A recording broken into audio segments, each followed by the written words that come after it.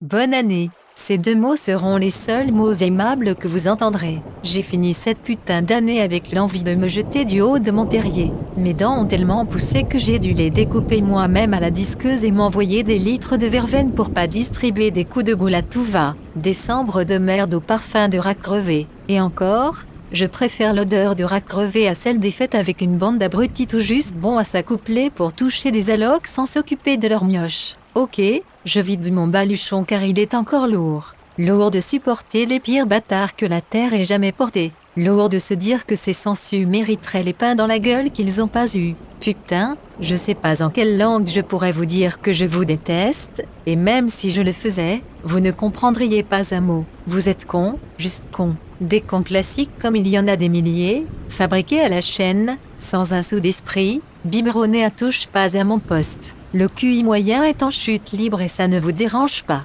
De toute façon, rien ne vous dérange sauf l'actualité éphémère de Facebook. Jean-Kévin Trou-de-Balle va s'émouvoir sur des pranks. Carla Hilton du 9-3 va apprendre à se maquiller sur des tutos moisis pour ressembler à un lampadaire où les pigeons viendront chier dessus. Putain, j'ai les boules. 2020 sera violent. Je vais lire un maximum de livres et clouer tous les bastringues qui osent se dire écrivains. Je vais vous atomiser à coups de clavier jusqu'à vous faire sortir ce qu'il vous reste de cerveau par les oreilles. Je vais tellement vous dilater le cul avec mon clavier que la touche Alt vous ressortira entre les incisives. Je suis trop violente, je vous emmerde. Si ma diatribe anti-fils de pute vous dérange, allez sur la chaîne de Squeezie. Le gars qui fait 5 millions de vues avec des vidéos sur son chien plutôt que de parler des vrais problèmes. Les gilets jaunes, l'absence de politique, de liberté, la peur de parler dans un monde où dire ce qu'on a sur les tripes devient du suicide. Mon terrier est à l'étranger et je vois mon pays cramer. Oui, il crame,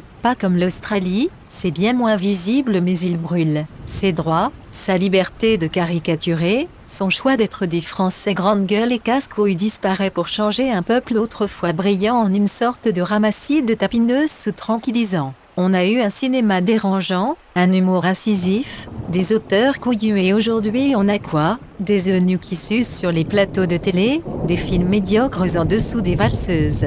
Putain les gens qui sont nés en 70, comment vos gamins ont pu devenir aussi cons? Vous les avez bercés trop près du mur? On va vers une société du remake, vers une culture musicale où le rap français se limite à des petites putes qui se battent dans un aéroport pour faire leur pub, et bande de bâtards. La pub c'est la qualité qui doit vous la faire, pas vos prétendus octogones. Putain, Lovecraft avait besoin d'un octogone pour avoir du talent, Maupassant avait besoin de la télé pour faire parler de lui, bande de petites pucelles. Ça me fout la haine et faut que je me calme. Je dois me calmer car ça sert à rien. Cette époque est morte, nécrosée depuis des lustres. Elle nous a laissé des graines que nous n'avons jamais replantées. La culture française crève la gueule ouverte et tous, vous la laissez aux soins palliatifs. Plus ça va et plus je me dis que les gens ont la merde qu'ils méritent.